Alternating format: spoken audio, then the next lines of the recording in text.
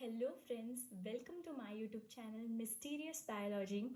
I am Rishika पुरोहित और आज मैं आपको पढ़ाऊंगी 11 स्टैंडर्ड का बहुत important chapter that is chemical coordination and integration. ये पूरा एनसीईआरटी बेस्ड है। मेरे जो भी नोट्स हैं, जो भी मैं आपको आगे पढ़ाऊंगी वो पूरा एनसीईआरटी बेस्ड है। मतलब आपकी पूरी सीबीएसई की 11 स्टैंडर्ड की बुक है, जो उसका chemical coordination and integration chapter पूरा मेरे नोट्स में आ जाएगा और मैं पूरा आपको डिटेल में एक्सप्लेन करूँगी सो दैट आपका पूरा एंड टाइम पे रिवीजन इसमें से हो सकता है। आप अगर बुक ना खोले और ये नोट्स केवल ध्यान में रखें तो भी आपका पूरा रिवीजन अच्छे से हो जाएगा, बोर्ड्स के लिए और नीट के लिए भी। पहले डिस्कस करते हैं कि मैं आपको ये वीडियो में क्या क्या पढ़ाने वाली हूँ। ये वीडियो थोड़ा सा लेंदी रहेगा, सो इसको 2 पार्ट्स में डिवाइड कर देंगे। पहले मैं आपको पढ़ाऊँगी एंडोक्राइन ग्लैंड्स और हार्मोन्स का एक छोटा सा डिस्क्रिप्शन, फिर ह्यूमन एंडोक्राइन सिस्टम, उसमें हाइपोथैलेमस, फिर ये बाकी सारी की सारी glands that is pituitary, pineal, thyroid, parathyroid, thymus, adrenal, pancreas, testis, ovaries और लास्ट में hormones of the heart, kidney and GIT मतलब गैस्ट्रो इंटेस्टिनल ट्रैक्ट। ये पूरा का पूरा ये वीडियो में आएगा। आप चाहे तो रीचेक भी कर सकते हैं, क्रॉस चेक कर सकते हैं कि पूरे के पूरे नोट्स आपकी एनसीईआरटी बुक में से ही लिए गए हैं। सो आपको फिर से एनसीईआरटी पूरी पढ़ने की ज़रूरत नहीं पड़ेगी। इतने अगर पॉइंट्स ध्यान में रखें तो it will be easier. So let's get started. अभी मैं आपको पढ़ाऊंगी एंडोक्राइन ग्लैंड्स और उसके हॉर्मोन्स। तो endocrine glands lack duct and are called as ductless gland. Endocrine जो हमारी ग्लैंड्स होती हैं, सपोज ये हमारी एंडोक्राइन ग्लैंड है, सपोज ये हमारी थायराइड ग्लैंड है, thyroid gland is endocrine gland. तो ये एंडोक्राइन ग्लैंड में कोई भी ऐसी डक्ट्स नहीं होती। एक ग्लैंड की जो खुद की डक्ट्स होती है ना, वो नहीं होती, एंडोक्राइन ग्लैंड में नहीं होती डक्ट्स। सो ये डक्टलेस ग्लैंड्स भी इनको कहा जाता है क्योंकि इनके पास डक्ट नहीं है। इनके जो हॉर्मोन्स होंगे वो डक्ट के थ्रू कोई पर्टिकुलर ऑर्गन पे नहीं जाएंगे। सपोज ये थायराइड ग्लैंड है और थायराइड ग्लैंड का हार्मोन रिलीज हो रहा है एक पर्टिकुलर टारगेट ऑर्गन के लिए, तो वो ब्लड के थ्रू जाएगा। ठीक है, इनकी कोई स्पेशलाइज्ड डक्ट्स नहीं है, सो दे आर डक्टलेस ग्लैंड्स। अब ये जो एंडोक्राइन ग्लैंड है वो सीक्रेट करती है hormone and release into the blood. ये जो मैंने आपको पहले बताया कि ये ग्लैंड सीधा का सीधा ब्लड में उसके हार्मोन्स डाल देती है, इनकी कोई स्पेशलाइज्ड डक्ट नहीं है। Definition, hormones are non nutrient. अब हार्मोन की डेफिनेशन देख लेते हैं कि hormones are non nutrient chemicals which act as intercellular messengers and produce in trace amounts. ये जो हॉर्मोन्स होते हैं, सपोज ये जो हॉर्मोन्स है सपोज, तो ये नॉन न्यूट्रिएंट है, मतलब इनमें से हमको कोई न्यूट्रिशन नहीं मिलता। Which act as a intercellular messengers, ये क्या करते हैं, इंटरसेल्यूलर मैसेंजर का काम करते हैं। इंटरसेल्यूलर मतलब सेल्स के बीच में। सपोज ये सेल्स है, बहुत सारे सेल्स हैं, तो ये सेल्स के बीच में इनका फंक्शन करेंगे, मतलब ये हार्मोन आएंगे, सेल का जो भी फंक्शन होगा उसका पूरा फंक्शन वो करवा देंगे। So they are hormones are non nutrient chemicals which act as a intercellular messengers. ये इंटरसेल्यूलर मतलब सेल्स के बीच में मैसेजेस ट्रांसफर करते हैं and produce in trace amount, और ये बहुत कम अमाउंट में प्रोड्यूस होते हैं, बहुत सारे ज़्यादा प्रोड्यूस नहीं होते, थोड़े से अमाउंट में हॉर्मोन्स प्रोड्यूस होते हैं। फिर invertebrates possesses simple endocrine system. Invertebrates मतलब जिनमें वर्टिब्रल कॉलम नहीं होती, वो उनकी जो एंडोक्राइन सिस्टम होती है ना, तो बहुत ही सिंपल होती है। पर वर्टिब्रेट्स जो होते हैं जिसमें वर्टिब्रल कॉलम होती है, for example humans, monkey etcetera, तो जो वर्टिब्रेट्स है पजेसेस कॉम्प्लेक्स एंडोक्राइन सिस्टम। बहुत सारी एंडोक्राइन ग्लैंड होगी एंडोक्राइन सिस्टम में विथ नंबर ऑफ हॉर्मोन्स, मतलब कि वर्टिब्रेट्स में बहुत सारी ग्लैंड्स होती है और वो बहुत सारी ग्लैंड के बहुत सारे हॉर्मोन्स होते हैं। ये तो आपको एक ब्रीफ मतलब एक छोटा सा एक्सप्लेनेशन दे दिया about the endocrine glands and the hormones. अब हम देखते हैं ह्यूमन एंडोक्राइन सिस्टम, मतलब ह्यूमन एंडोक्राइन सिस्टम का भी यहाँ पे एक छोटा सा डिस्क्रिप्शन दिया है, उसके बाद हम सारी ग्लैंड स्टार्ट करेंगे। तो human endocrine system, the endocrine glands, जो एंडोक्राइन ग्लैंड्स है, एंडोक्राइन ग्लैंड्स क्या करती है, हॉर्मोन्स बनाती है and hormones producing diffused tissue cells located in different part of our body constitute endocrine system. अब मैं आपको एक पॉइंट बताती हूँ कि हमारी बॉडी में बहुत सारी एंडोक्राइन ग्लैंड्स हैं। सपोज हमारी नेक में है, जिसको थायराइड ग्लैंड बोलते हैं, फिर हमारे ब्रेन में भी है, हमारे ब्रेन में भी बहुत सारी ग्लैंड है, फिर हमारी जो किडनीज होती है, किडनीज के ऊपर भी ग्लैंड है। पर ये एक स्पेशलाइज ग्लैंड है, राइट। पर ऐसे भी थोड़े टिश्यूज हैं, थोड़े से टिश्यूज हैं जो अभी ग्लैंड्स बने नहीं हैं, ग्लैंड्स नहीं बने, पर फिर भी वो हॉर्मोन्स का रिलीज करते हैं, वो हॉर्मोन्स को रिलीज करते हैं। तो ऐसे तो ये सबको मिला के, मतलब ये सारी मेन ग्लैंड्स और वो छोटे छोटे सेल्स या फिर टिश्यूज जो कि थोड़ा सा हार्मोन रिलीज करते हैं, पर ये ग्लैंड्स नहीं हैं, तो इन सब को मिला के एंडोक्राइन सिस्टम बोला है, मतलब हार्मोन रिलीजिंग सिस्टम। सारी मेन ग्लैंड्स है और थोड़े से सेल्स और टिश्यूज हैं। तो हम देख लेते हैं कि एंडोक्राइन ग्लैंड कौन सी है। तो ये यहाँ पे आपको दिख रहा है एंडोक्राइन ग्लैंड।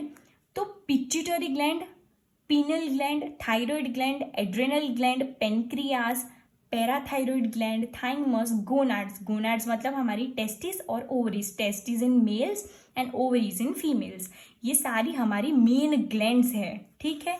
और ऐसे भी थोड़े टिश्यूज हैं, देखिए यहाँ पे डिफ्यूज्ड टिश्यूज एंड सेल्स, मतलब थोड़े से डिफ्यूज्ड हो गए टिश्यूज, इतने से टिश्यूज या फिर थोड़े से सेल्स जो कि हार्मोन का प्रोडक्शन करते हैं, और वो है गैस्ट्रोइंटेस्टिनल ट्रैक्ट, मतलब कि हमारी जीआईटी। आपको जीआईटी का मतलब तो पता ही होगा, फिर मैं आपको बता देती हूँ कि हमारे माउथ से लेके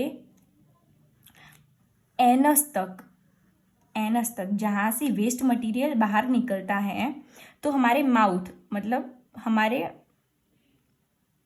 माउथ से लेके ये जो पूरी सिस्टम है, ये बीच की जो पूरी पाइप है, हमारा माउथ, हमारा ईसोफेगस, हमारा स्टमक और सब, और लास्ट में एनस, तो ये पूरी जीआईटी में थोड़े थोड़े ऐसे सेल्स प्रेजेंट होंगे कि जो हॉर्मोन्स यहाँ से रिलीज करेंगे, ठीक है, सेल्स या फिर थोड़े टिश्यूज। फिर हमारे लीवर भी है कि जो थोड़े उसमें डिफ्यूज टिश्यूज और सेल्स प्रेजेंट है जो कि हार्मोन रिलीज करते हैं। किडनी में भी ऐसा ही है और हार्ट में भी ऐसा ही है। अब हम देखते हैं आगे। The brief amount of all endocrine glands and hypothalamus is given in the next sections। मतलब कि ये जो सारी एंडोक्राइन ग्लैंड्स है वो, और हाइपोथैलेमस एक स्ट्रक्चर है, ये कोई ग्लैंड नहीं है, ये सारा अगले सेक्शंस में समझाया है, तो मैं आपको समझा देती हूँ। ये हो गया ह्यूमन एंडोक्राइन सिस्टम कि हमारी जो बॉडी है उसमें कैसे ग्लैंड्स प्रेजेंट होती है, तो आपको पता चल गया ये सारी ग्लैंड्स हमारी बॉडी में प्रेजेंट होगी। और ये जो है ये डिफ्यूज्ड टिश्यूज है जो कि गैस्ट्रोइंटेस्टिनल ट्रैक्ट, लीवर, किडनी और हार्ट में प्रेजेंट है, जो कि हॉर्मोन्स बनाते हैं। मतलब इतना बड़ा हार्ट है, हार्ट के बीच में इतने से सेल्स है कहीं कहीं पे जो कि हॉर्मोन्स का रिलीज करते हैं। फिर अब हम देखते हैं द हाइपोथैलेमस। आपको ये जो ब्लू कलर में यहाँ पे दिख रहा है ना, ये है हमारा हाइपोथैलेमस, इतना ही, ठीक है। तो अब देखते हैं हाइपोथैलेमस क्या है। वो एक एंडोक्राइन ग्लैंड तो नहीं है, तो फिर वो क्या करेगा, तो let's see. Basal part is pituitary gland, ये हाइपोथैलेमस है, ठीक है। इसके जो नीचे है वो है पिट्यूटरी ग्लैंड, ये हमारी पिट्यूटरी ग्लैंड है। ये हाइपोथैलेमस है, ये नीचे क्या है, पिट्यूटरी ग्लैंड। आपको पहले आ गया था कि हमारी बॉडी में एक ग्लैंड है पिट्यूटरी, पहले नाम आ चुका है। तो hypothalamus is the basal part of diencephalon. अब ये क्या है, तो चलो मैं आपको ड्रॉ करके समझाती हूँ। ये हमारा सपोज ये ब्रेन में होता है हाइपोथैलेमस, ठीक है। अब कैसे उसका स्ट्रक्चर है वो मैं आपको समझाती हूँ।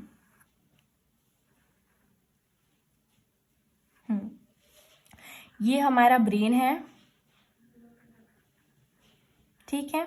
ये ब्रेन के है ना, टोटल 3 पार्ट्स होते हैं, फोर ब्रेन, मिड ब्रेन और हिंड ब्रेन। ये जो आगे वाला ब्रेन है that is fore brain, fore brain, ये है मिड ब्रेन और ये लास्ट वाला है हिंड ब्रेन। ठीक है, तो जो ये फोर ब्रेन है उसमें एक कैविटी प्रेजेंट होती है और वो कैविटी ऐसी होती है कुछ, सपोज लीजिए, समझ लीजिए क्यूब जैसी है। ठीक है, तो ये क्यूब का जो नीचे वाला पार्ट है, आप एक क्यूब इमेजिन कीजिए और क्यूब का जो बेस होता है नीचे वाला पार्ट, ठीक है, उसको बोलते हैं हाइपोथैलेमस। मतलब कि पूरा का पूरा जो बॉक्स है वो है डायंसेफिलॉन, वाइल ये जो नीचे वाला पार्ट है इसका बेजल पार्ट, उसको क्या बोला है, हाइपोथैलेमस। क्या है, हाइपोथैलेमस। और हाइपोथैलेमस के नीचे ही क्या होगा, पिट्यूटरी ग्लैंड। ठीक है, समझ में आ गया। ये हाइपोथैलेमस है जो हमारे ब्रेन के आगे वाले पार्ट में प्रेजेंट होता है और हाइपोथैलेमस बेजल पार्ट है। बेजल मतलब नीचे वाला पार्ट है किसका, तो डायंसेफिलॉन का। ये पूरी डायंसेफिलॉन कैविटी है, इसका जो सबसे नीचे वाला पार्ट है वो है हमारा हाइपोथैलेमस।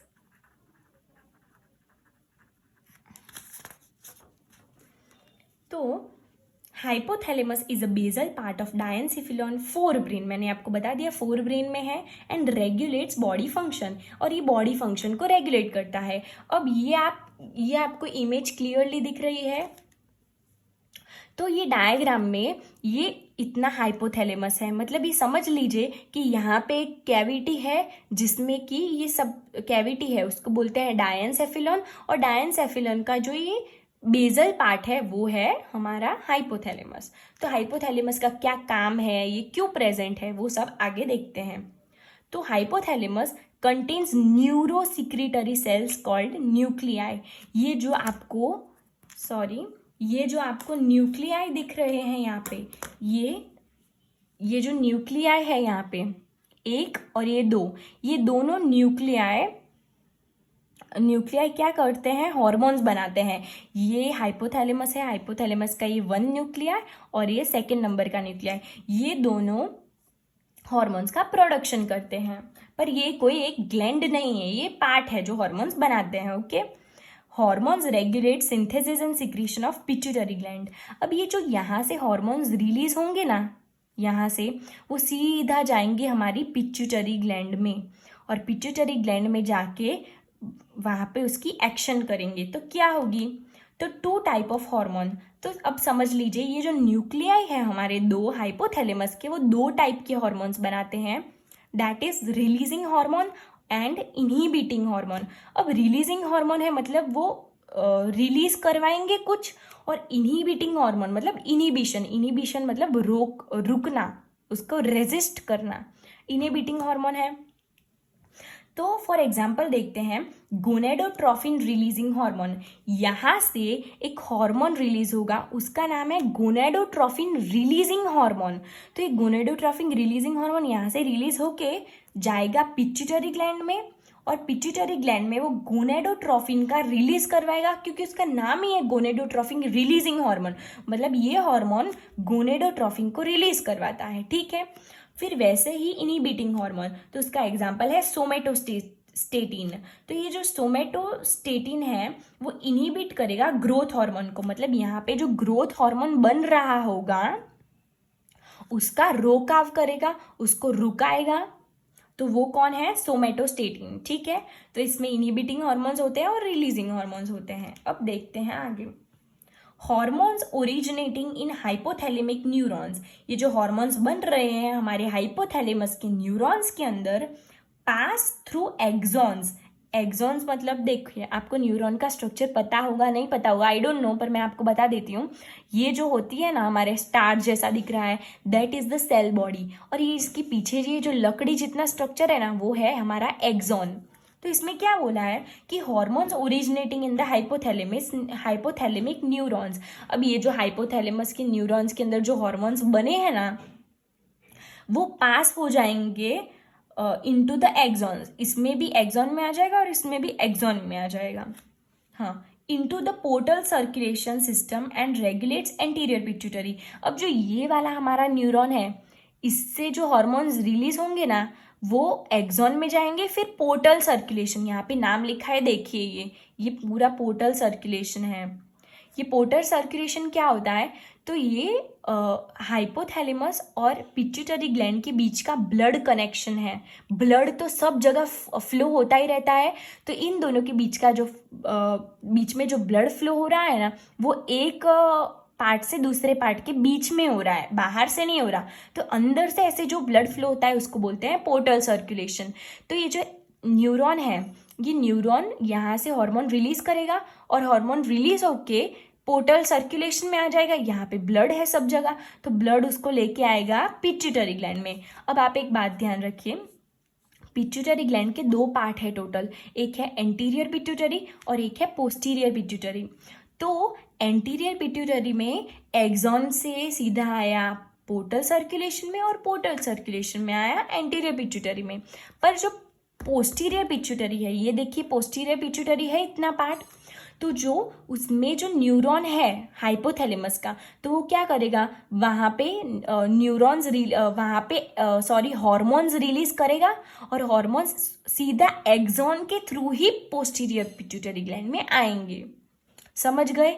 मतलब सिंपल सी बात है, ये हार्मोन्स रिलीज करता है हाइपोथैलेमस, रिलीज करके वो एंटीरियर और पोस्टीरियर पिट्यूटरी ग्लैंड में पहुंचाता है। जो एंटीरियर पिट्यूटरी ग्लैंड में वो आते हैं पोर्टल सर्कुलेशन के थ्रू और पोस्टीरियर पिट्यूटरी में वो आते हैं एक्सॉन्स के थ्रू। अभी यहाँ पे ऐसा ही लिखा है कि पोस्टीरियर पिट्यूटरी में न्यूरल रेगुलेशन, मतलब न्यूरॉन के थ्रू रेगुलेशन होता है।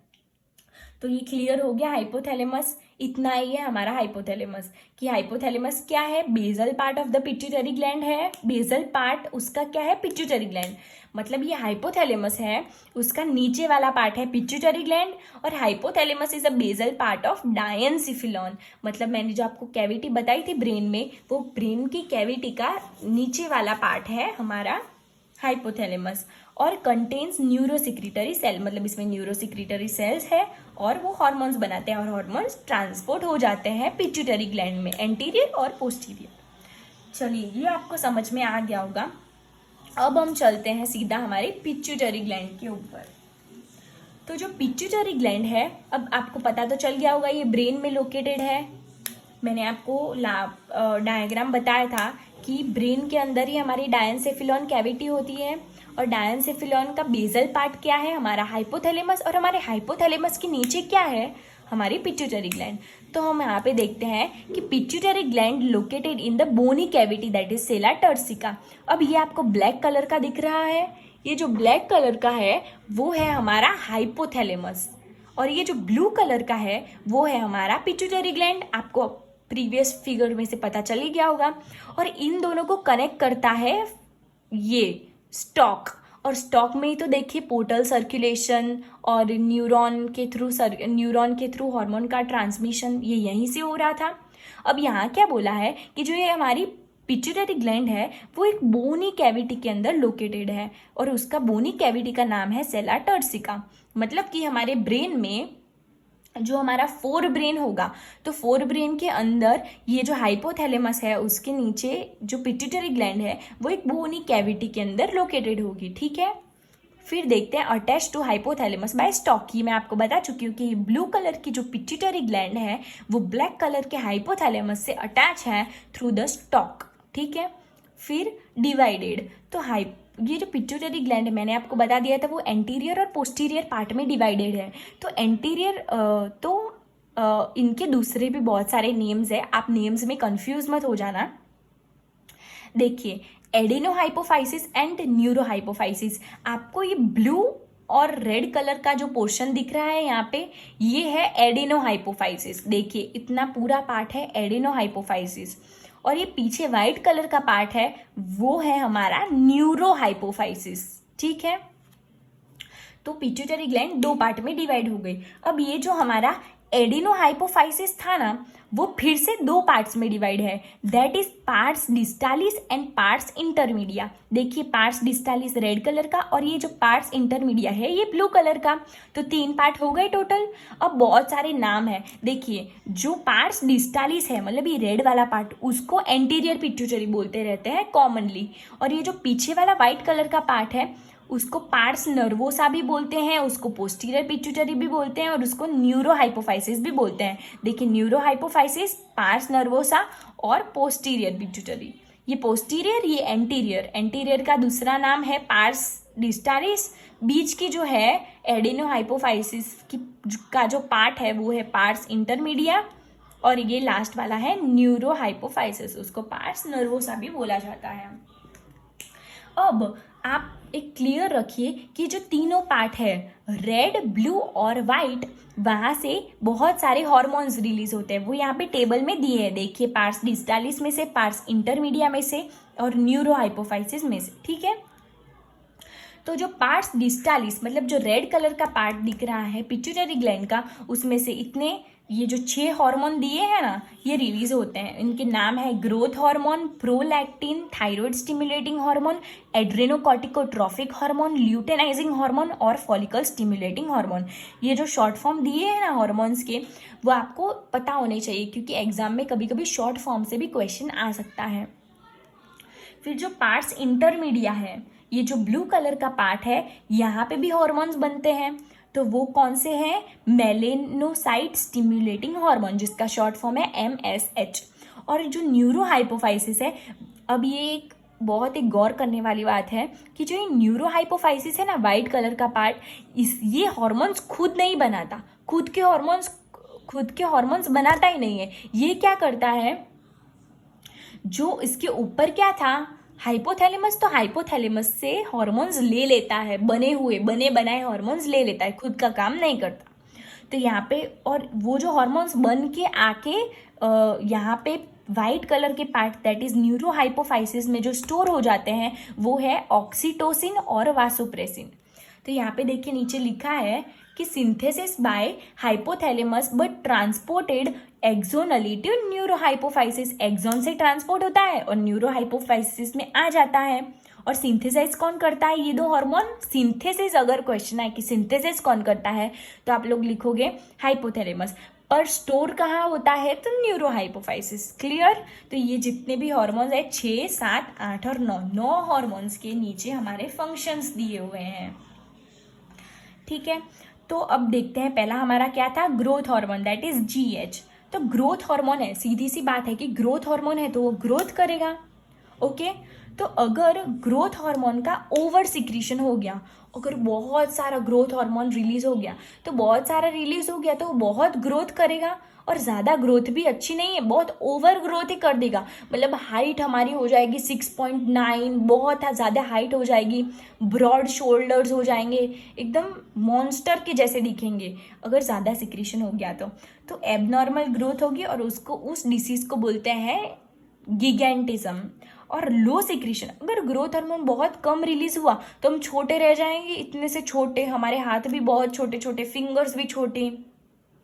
तो अगर लो सिक्रीशन हो गया ग्रोथ हार्मोन का तो स्टंटेड ग्रोथ, स्टंटेड मतलब ग्रोथ रुक जानी, और उससे होगा ड्वार्फिज्म, मतलब हमारी हाइट छोटी रह जाएगी, हमारी फिंगर्स भी बहुत छोटी लगेगी। ये हो गया ग्रोथ हार्मोन। अब है prolactin that is PRL, second number का।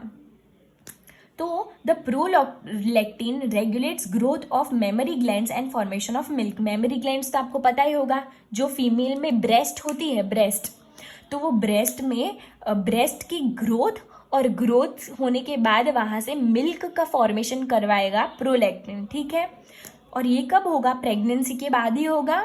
ठीक है, उसके बाद है TSH that is thyroid stimulating hormone, stimulates the synthesis and secretion of thyroid hormones from the thyroid gland।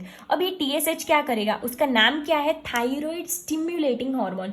तो वो TSH बनेगा पिट्यूटरी ग्लैंड में और सीधा पहुंच जाएगा थायराइड ग्लैंड के पास, और थायराइड ग्लैंड के पास जाके वो वहाँ पे थायराइड ग्लैंड को स्टिमुलेट करेगा, थायराइड ग्लैंड को करंट लगाएगा कि चलो हार्मोन रिलीज करो, kind of. Okay, So thyroid stimulating hormone stimulates the synthesis and secretion of the thyroid hormones from the thyroid glands. Okay? Stimulate मतलब ये सारी जो ग्लैंड्स है ना वो एक दूसरे की हेल्प करती रहती है, खुद एक्टिवेट नहीं हो सकती है ग्लैंड्स, इसलिए एक ग्लैंड दूसरे ग्लैंड को एक्टिवेट करती रहती है. ओके, अब हम आगे फंक्शंस देखते हैं ACTH और बाकी सारे हॉर्मोन्स है उसके. तो जो ACTH कहाँ से रिलीज होता था? हमारे एडेनोहाइपोफाइसिस के आगे वाले पार्ट में, मतलब हमारे एंटीरियर पिट्यूटरी से जो ACTH रिलीज होता था. ACTH मतलब एड्रेनोकॉर्टिकोट्रॉफिक हार्मोन. ये क्या करता है? Stimulate synthesis and secretion of glucocorticoid from the adrenal cortex. अब आपको बता दूं कि एड्रेनल ग्लैंड भी एक हमारी ग्लैंड है, ठीक है, जो आगे आएगी. तो अभी आप देखिए, सपोज मान लीजिए कि ये हमारी एड्रेनल ग्लैंड है, और ये एड्रेनल ग्लैंड है उसके दो पार्ट्स होते हैं. एड्रेनल, ये हमारी एड्रेनल ग्लैंड है. एड्रेनल ग्लैंड के दो पार्ट्स हैं, एड्रेनल कॉर्टेक्स और है अंदर वाला है एड्रेनल मेड्यूला. ठीक है, और जो बाहर वाला है वो बहुत सारे हॉर्मोन्स रिलीज करता है, और उनमें से एक है ग्लूकोकॉर्टिकॉइड्स. ठीक है, तो अभी ये डायग्राम आप याद रखिएगा कि ये एड्रेनल ग्लैंड है, और ये कहाँ प्रेजेंट होती है तो बता दूं, ये किडनी के ऊपर प्रेजेंट होती है. ये हमारी अच्छी नहीं बनी है, पर ये हमारी नीचे वाली हमारी किडनी है, और किडनी के ऊपर एड्रेनल ग्लैंड प्रेजेंट है. ओके, तो ये ACTH जाता है किडनी के ऊपर वाली ग्लैंड पे, और उसको स्टिम्युलेटर सिंथेसिस करता है कि चलो तुम बहुत सारा ग्लूकोकॉर्टिकॉइड बनाओ और उसको रिलीज करो फ्रॉम द एड्रेनल कॉर्टेक्स. मैंने आपको पहले बता दिया ये ग्लैंड्स एक दूसरे की हेल्प करती हैं. फिर आ गया हमारा LH एंड FSH. ये भी हमारी एंटीरियर पिट्यूटरी से ही रिलीज हो रहा था. ये देखिए LH और FSH. तो ये ल्यूटिनाइजिंग हार्मोन और फॉलिकल स्टिमुलेटिंग हार्मोन क्या करते हैं वो हम देखते हैं. तो ये LH and FSH stimulates gonadal activity and call gonadotrophins. अब मैंने आपको गोनाड्स का मतलब बता दिया था. गोनाड्स मतलब क्या? मेल के अंदर टेस्टिस और फीमेल के अंदर ओवरीज. Okay, done. तो गोनाडल एक्टिविटी मतलब टेस्टिस और ओवरीज की एक्टिविटी पे ध्यान देता है ये दो हॉर्मोन्स, तो उनको इसीलिए गोनेडोट्रोफिन्स भी बोला जाता है. उनका दूसरा नाम है, दोनों को मिला के गोनेडोट्रोफिन्स बोला जाता है. तो अगर पूछे कि which of the following are gonadotrophins, तो आप LH और FSH को टिक मार्क कर सकते हो. फिर LH, तो LH stimulate synthesis and secretion of androgens from the testis. पहले मेल की बात की है, फिर फीमेल की बात करते हैं. तो ये जो LH है, ये LH है वो क्या करता है? स्टिम्युलेट करेगा सिक्रीशन के लिए एंड्रोजन्स फ्रॉम द टेस्टिस. मतलब टेस्टिस पर जाएगा और टेस्टिस पे जाके बहुत सारा एंड्रोजन मेल के हॉर्मोन्स है, मेल जो टेस्टिस से रिलीज होंगे, तो वहां पे जाके एंड्रोजन को रिलीज कर देगा. मतलब LH का काम तो खत्म हो गया. अब बचा FSH और एंड्रोजन. जो एंड्रोजन रिलीज हुआ है, तो FSH और एंड्रोजन दोनों मिलके रेगुलेट करते हैं स्पर्मेटोजेनेसिस. मेल के अंदर स्पर्म्स बनेंगे थ्रू FSH एंड एंड्रोजन. और एंड्रोजन को किसने जगाया, एंड्रोजन को किसने प्रोडक्शन करवाया? तो LH ने. ठीक है, LH और FSH दोनों आएंगे, उसमें से LH टेस्टिस को स्टिमुलेट करेगा और एंड्रोजन रिलीज करवाएगा. अब एंड्रोजन और ये पीछे वाला FSH दोनों मिलके स्पर्म्स बनाएंगे. ठीक है, तो टेस्टिस का काम खत्म. मतलब ये मेल रिप्रोडक्शन में काम में आएगा. अब है फीमेल की बारी. तो in female LH induces ovulation. Ovulation मतलब वो ओवम बनाएगा. Induces ovulation off fully mature follicles. मतलब जो ओवरी होती है, सपोज ये हमारी ओवरी है, तो उसमें जो फुल्ली मैच्योर, ये समझ लीजिए फुल्ली मैच्योर है हमारे ग्रेफियन फॉलिकल्स. समझ लीजिए ये हमारे हैं ग्रेफियन फॉलिकल्स. तो इनको क्या करता है? वो स्टिम्युलेट करेगा इनको. कौन? हमारा LH यहाँ पे आएगा और स्टिम्युलेट करेगा ताकि यहाँ से ओवम रिलीज हो सके. Okay, and maintains corpus luteum. यहाँ पे जो कॉर्पस ल्यूटियम बना हुआ होता है ना, उसको मेंटेन करता है from remnants of the graafian follicles, इसके जो रिमेनेंट्स है ना, ग्रेफियन फॉलिकल यहाँ जो थोड़ा बच जाता है उसको, इससे ये क्या है हमारा, ये हमारा जो कॉर्पस ल्यूटियम है, कॉर्पस ल्यूटियम, ये यहाँ पे प्रेजेंट होगा और यहाँ पे क्या, ग्रेफियन फॉलिकल प्रेजेंट होगी। तो ग्रेफियन फॉलिकल से ये कॉर्पस ल्यूटियम को बचा के रखता है कौन, ल्यूटेनाइजिंग हार्मोन। ओके, अब हम बात करते हैं, ये तो हो गया फीमेल में कि एलएच क्या करता है। एलएच सिंपल सी बात है, याद रखिएगा कि एलएच जाएगा और मैच्योर फॉलिकल्स में से ओवम को रिलीज करेगा। फिर है FSH. FSH stimulate growth and development of the ovarian follicles in females. Females की जो ओवरी है वहाँ पे ओवेरियन फॉलिकल्स होते हैं, तो ये ओवेरियन फॉलिकल की ग्रोथ कराएगा एफएसएच। ये क्या कर रहा था, ये ओवम रिलीज करवा रहा था, और ये क्या करेगा, ओवरीज में ओवेरियन फॉलिकल की ग्रोथ करवाएगा। फिर अब हमारा नेक्स्ट, ये हमारे हॉर्मोन्स ऑफ द पार्स डिस्टालिस, मतलब हमारी जो एंटीरियर पिट्यूटरी है, ये जो रेड कलर की, उसके हॉर्मोन्स फिनिश हो गए। अब हम देखेंगे पार्स इंटरमीडिया का एक हार्मोन और दो हार्मोन न्यूरोहाइपोफाइसिस या फिर पोस्टीरियर पिट्यूटरी के। तो एमएसएच, एमएसएच मतलब मेलेनोसाइट स्टिम्युलेटिंग हार्मोन। अब मेलेनोसाइट क्या है, तो हमारी बॉडी है, सपोज ये हमारा हैंड है, ये हैंड है, ओके। तो यहाँ पे हैंड में ही नहीं, पूरी बॉडी में प्रेजेंट होते हैं मिलेनोसाइट्स। क्या, मिलेनोसाइट्स। तो ये मिलेनोसाइट्स को, तो ये हार्मोन आएगा और स्टिम्युलेट करेगा मिलेनोसाइट्स को। अब मिलेनोसाइट क्या करते हैं कि अगर मिलेनोसाइट हमारी बॉडी का कलर, मतलब हम अगर बहुत धूप में घूम रहे हैं तो मेलेनोसाइट्स स्टिम्युलेटिंग हार्मोन, मतलब कि मेलेनोसाइट स्टिम्युलेटिंग हार्मोन आएगा और हमारे मेलेनोसाइट्स को स्टिम्युलेट करके यहाँ से हमारा जो पिगमेंटेशन है वो करवाएगा, मतलब हमारी स्किन को थोड़ी सी ब्लैक कर देगा। तो MSH acts on melanocytes, that is melanin containing cell, and regulates pigmentation of the skin। ऐसे ही हमारी स्किन पिगमेंटेशन होगा। अब उसके बाद है ऑक्सीटोसिन।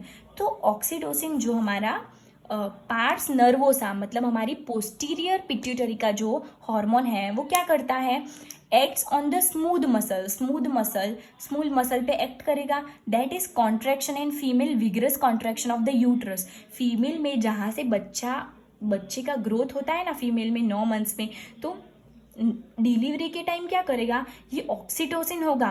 वो ऑक्सीटोसिन, सपोज समझ लीजिए कि ऑक्सीटोसिन, सपोज ये ऑक्सीटोसिन है, ये सीधा हमारे यूट्रस की तरफ जाएगा। यूट्रस की, ये यूट्रस है, ये ओवरीज है, रफ डायग्राम बना रही हूँ, और यूट्रस में यहाँ पे जो बेबी होगा तो ये मसल्स का कॉन्ट्रैक्शन करवाएगा, एकदम मसल को कॉन्ट्रैक्ट करवाएगा, सो दैट बेबी इजीली बाहर आ सके। ओके, तो vigorous contraction of the uterus at the time of child birth में बहुत कॉन्ट्रैक्शन करवाएगा ऑक्सीटोसिन, सो बेबी बाहर आ सके। और मिल्क इजेक्शन, और हमारी जो ब्रेस्ट होते हैं, ब्रेस्ट में भी ये स्टिमुलेट करेगा ताकि मिल्क इजेक्ट हो सके, मिल्क बाहर आ सके। Okay, after the delivery of a baby. उसके बाद हम देखते हैं वासोप्रेसिन। ये वासोप्रेसिन क्या करता है, तो vasopressin acts on the kidney and reabsorbs water and electrolytes by DCT and reduces loss of water through urine. अब ये मैं आपको समझाती हूँ कि ये क्या है। तो जो वासोप्रेसिन है वो सीधा किडनी की तरफ जाता है, और किडनी तक, ये समझिए ये किडनी है हमारी, 2 किडनी होती है हमारी बॉडी में, तो ये जो हमारी किडनीज तक जाएगा वासोप्रेसिन, और किडनी में act on the kidney and reabsorption. Kidney में जो वाटर हमारे बाहर निकल रहा है तो उसमें वाटर को रीएब्जॉर्ब करेगा और इलेक्ट्रोलाइट्स को भी रीएब्जॉर्ब करेगा DCT के थ्रू। अब आपको न्यूरॉन